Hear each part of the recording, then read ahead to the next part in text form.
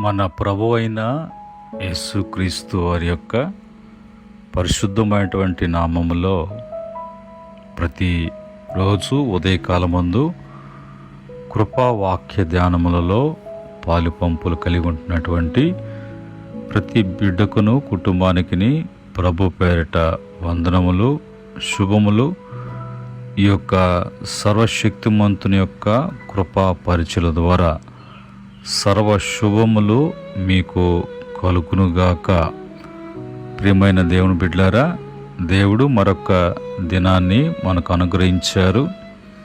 మరొక దినములో ఆయన కృపా సన్నిధిలో వాక్యాన్ని మనము ధ్యానం చేయటానికి కృప చూపించినటువంటి దేవునికి స్తుతులు, స్తోత్రాలు, హృదయపూర్వకమైనటువంటి కృతజ్ఞతాస్తుతులు ప్రభువుకు నేను చెల్లిస్తూ ఉన్నాను.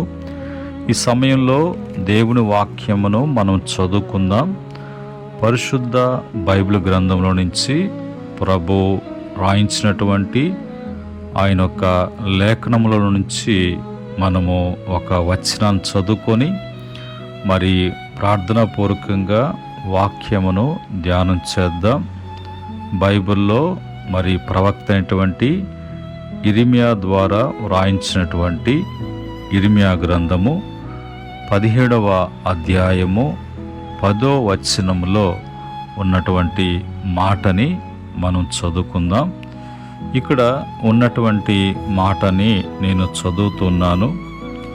ఇక్కడ ఏమని రాయబడినది అని చూసినప్పుడు 17వ అధ్యాయము 10వ వచనములో ఒకని ప్రవర్తనను బట్టి వాని క్రియల ఫలము చొప్పున ప్రతీకారం చేయుటకు యెహోవా అను నేను హృదయమును పరిశోధించు వాడును, అంతరింద్రియములను పరీక్షించు వాడును. ప్రార్థన. ప్రేమాస్వరూపి దయగలిగినటువంటి ప్రభు, ఈ ఉదయకాలమందు పాద సన్నిధిలో ఉన్నాము నాయన. మీ మాటలను మేము ధ్యానం చేయబోతుండగా మీరు కార్యం జరిగించండి, వాక్యాన్ని ప్రకటించండి.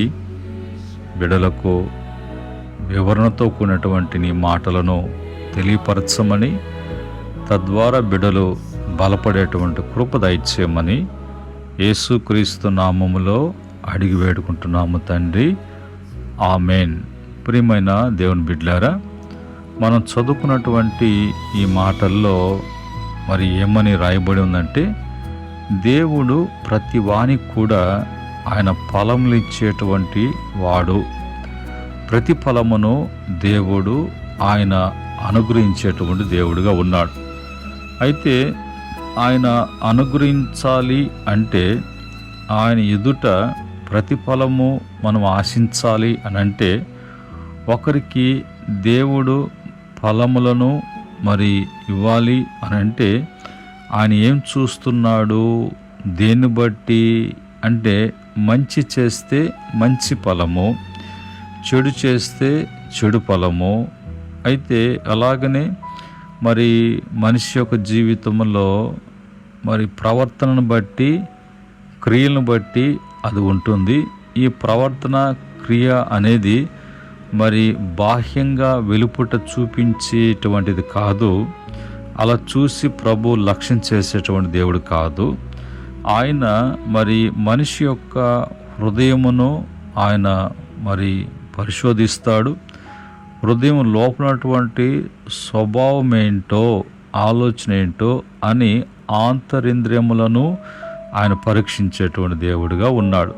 కనుక ఆయన పరీక్షించి, ఆయన చూచి, పరీక్షించి, పై రూపాన్ని బట్టి కాకుండా అంతరంగంలో ఉన్నటువంటి మరి ఆలోచనను బట్టి ఆయన ఫలమునిచ్చేటువంటి వాడు ఉన్నాడు. ప్రతి ఫలం ఇచ్చేటువంటి దేవుడిగా ఉన్నాడు. ఇందును బట్టి మరి బైబిల్లో మనిషి జీవితంలో మరి ఒకవేళ నేను బాగుపడట్లేదు, నాకు మంచి జరగట్లేదు, మంచి కావట్లేదు అనటానికి ఏడ కూడా అవకాశం లేదు. ఎందుకంటే దేవుడు ఒకని ప్రవర్తన బట్టి వాని క్రియల ఫలము చొప్పున ఆయన ప్రారంభించేటువంటి దేవుడిగా ఉన్నాడు. దేవుడు న్యాయమైనటువంటి ప్రతిఫలము ఇచ్చువాడు కనుక మరి ఆయన ఎదుట నీ ప్రవర్తన, నీ క్రియలు సరికానప్పుడు, నీకు దేవుడు వలన నాకు ఇది జరగలేదు, అది జరగలేదు అనటానికి నీవు సరికాదు. నువ్వు సరిచేసుకో, సర్దిద్దుకో, సరైనటువంటి సక్రమమైనటువంటి పద్ధతిలో నడుచుకోవటానికి, మలుచుకోవటానికి నువ్వు నేర్చుకో. అప్పుడు దేవుడు ఇవ్వాల్సినటువంటి ఆ ప్రతిఫలం ఏంటో నీకు దక్కుతుంది అన్నట్టుగా. కనుక ప్రవర్తన అనేటువంటిది, కాండక్ట్ అనేది దేవుడు మరి దేని బట్టి అంటే దీనికి హెబ్రీ పదము దేరేక్ అనేటువంటి పదాన్ని హెబ్రీలో వాడబడింది. దేరేక్ అనేటువంటి పదానికి జీవన మార్గము, నడవడిక, ప్రవర్తన, జీవించే విధానము, ప్రవర్తన, నడవడిక, జీవ మార్గము అనేది మన దేవుని ఎదుట సరిగా ఉండాలి. దీనికి హెబ్రీ వాడు మరి దేరేక్ అనేటువంటి పదాన్ని వాడారు. కనుక ఈ క్రమంలో మరి మనం చూసినప్పుడు దేవుడు మన బాహ్య క్రియలను మాత్రమే కాకుండా ఆ క్రియల వెనుక ఉన్న ఉద్దేశము, విశ్వాసం కూడా ప్రభు చూస్తాడు.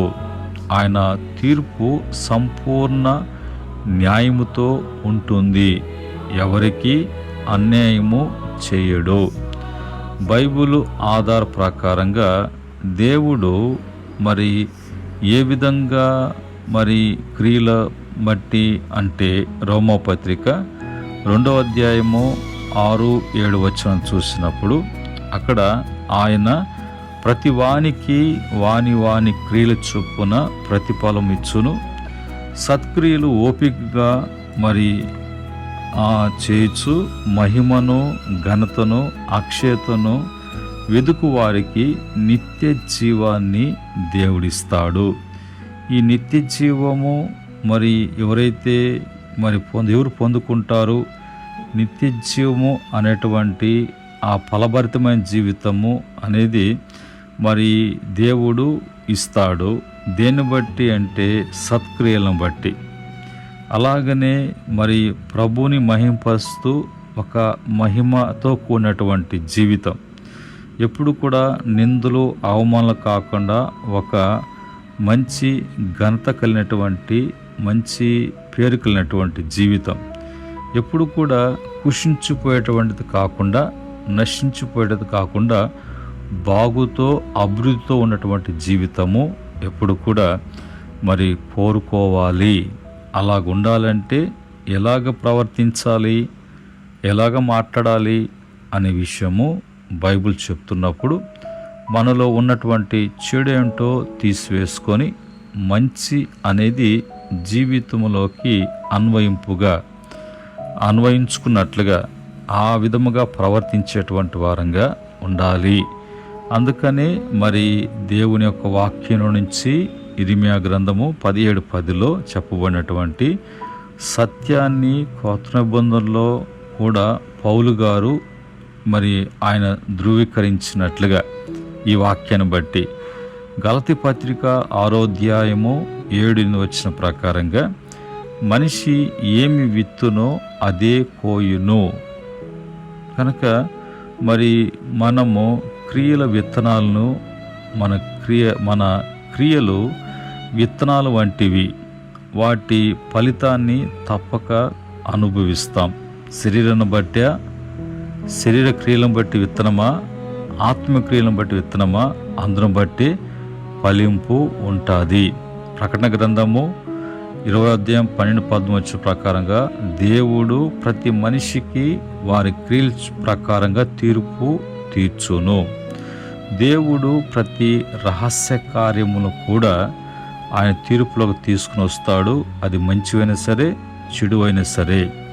యేసుక్రీస్తు వారు ప్రతి ఒక్కరికి వారి క్రియల ప్రకారంగానే ప్రతిఫలము అనేది కలుగుతుంది. ఈరోజు వాక్యాన్ని బట్టి దేవుడు న్యాయమూర్తి, దేవుడు పక్షపాతం చూపడు, మంచి క్రియలను మర్చిపోడు, చెడు క్రియలను కూడా విస్మరించడు అనే విషయము మనకు తెలియాలి. కనుక మన యొక్క ఆత్మీయ జీవితంలో మనిషి ప్రజలను మోసగించవచ్చు, కానీ దేవునిని మోసగించలేడు. దేవుడు ప్రతి పని వెనుక ఉద్దేశం కూడా ప్రభు చూసి దాన్ని బట్టి కార్యాలు చేస్తాడు. నిజాయితీగా మరి మనం జీవించాలని వాక్యం చెప్తుంది. ప్రవర్తన, క్రియలు, మరి ప్రతి నిర్ణయము దేవుని ఎదుట తీసుకుంటున్నామని గుర్తించుకోవాలి అనేసి పక్కకి వెళ్ళిపోవటం కాదు.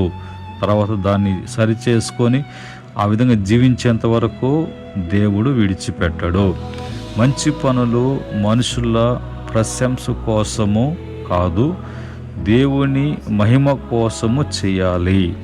ఈ క్రమంలో మనం ఈరోజు దేవుని యొక్క బిడ్డలముగా మనము మరి మనకు దేవుడు ఒక గొప్ప సత్యాన్ని బోధిస్తున్నాడని, దేవుడు మన క్రియలు మాత్రమే కాదు, మన ప్రవర్తన కూడా, ఉద్దేశాలను, వాటి ఫలితాలను కూడా దేవుడు న్యాయంగా పరిశీలించి ప్రతిఫలం ఇస్తాడు. కాబట్టి ప్రతిరోజు కూడా దేవునికి ఇష్టమైన జీవితము జీవించుటకు ప్రయత్నించాలి. అప్పుడు ప్రభు అందును బట్టి ప్రభు ప్రతిఫలం ఇస్తారు. కనుక ఈ మాటలు వింటున్న ప్రతి బిడ్డకు కూడా ఆశీర్వాదకరంగా, దీవెనకరంగా, మేలుకరముగా, తిరిగి ప్రభులో ఫలించేటువంటి ఫలభరితమైనటువంటి జీవితాన్ని యేసుక్రీస్తు ద్వారా ప్రతి బిడ్డ కూడా అనుగ్రహించునుగాక. ఆమేన్. ప్రేమగల తండ్రి, పరిశుద్ధుడా, మీకు వందనాలు. ఉదయకాలపు మీ యొక్క జీవపు మాటలను ధ్యానం చేసుకోవటానికి మేము ఫలించకుండా పోవటానికి కారణం ఏంటి, మేము ఫలించాలంటే ఏం చేయాలి, అందుకే ఏది అడ్డమున్నది, ప్రవర్తన, క్రియలు ఎలాగున్నాయి, కనుక మీరు అందును బట్టి మా హృదయాల్ని, అంతరంగాల్ని పరిశీలించేటువంటి వారుగా, పరీక్షించేటువంటి దేవుడిగా మీరు మమ్మలను చూస్తున్నారని, ఆ విధంగా మా జీవితాలు ఫలించటానికి ఎంతో మీరు మరి అవకాశాలు ఇస్తున్నారని, తిరిగి మేము ఫలించటానికి క్రీస్తుతో కూడా అంటగట్టబడేటువంటి స్థితిని దయచేయమని, ఈ మాటలు బోధిగంతాల వరకు వినటానికి వింటున్న బిడ్డలకు మేలుకరంగా, దీవెనకరంగా మార్చమని, ఇది నా పని బాటల్లో భూలోకమంతా జరుగుతున్న పరిచర్యలు అన్నిట్లో కూడా మీ సహాయం, సహకారాలు అందించమని యేసుక్రీస్తు నామములో అడిగి వేడుకుంటున్నాము తండ్రి. ఆమేన్. పరమ తండ్రి దేవుని ప్రేమ, కృప, సమాధానము మరి ఈ మాటలు వింటున్న బిడ్డలకును, కుటుంబాలకును, ఈ పరిచర్యకును, సకల పరిశుద్ధులకును, ఆయన దాసులకును సదా తోడే ఉండి నడిపించునుగాక. దైవాశీస్సులు మీ కలుగునుగాక. ఆమేన్.